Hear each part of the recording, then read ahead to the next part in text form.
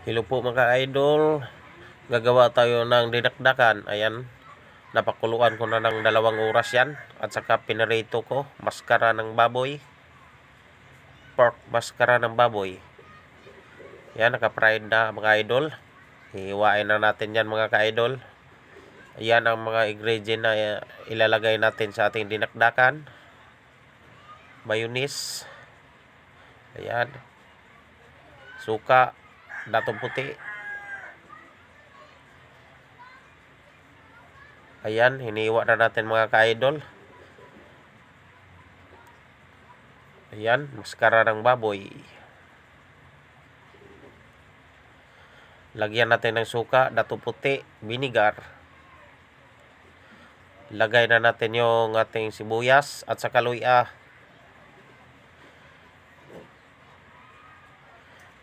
Lagay na natin yung siling green at saka labuyo. Siling labuyo.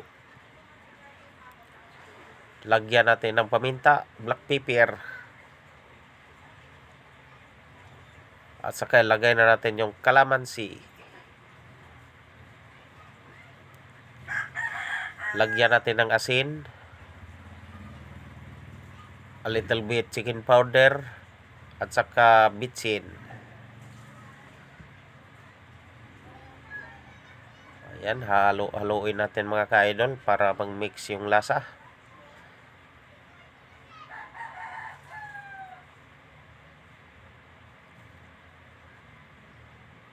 Pork dinakdakan.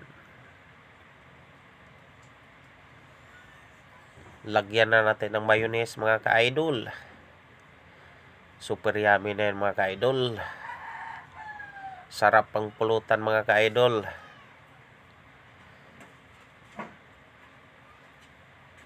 Yan, i-mix natin yung ating mayonnaise para malagyan lahat mga ka-idol. Yan.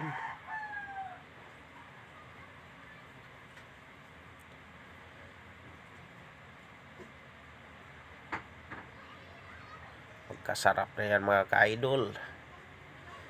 Yan mga ka-idol. Thank you for watching Samuel Kita TV.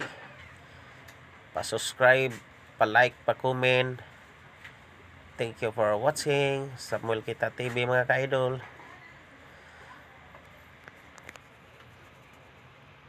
Kainan na.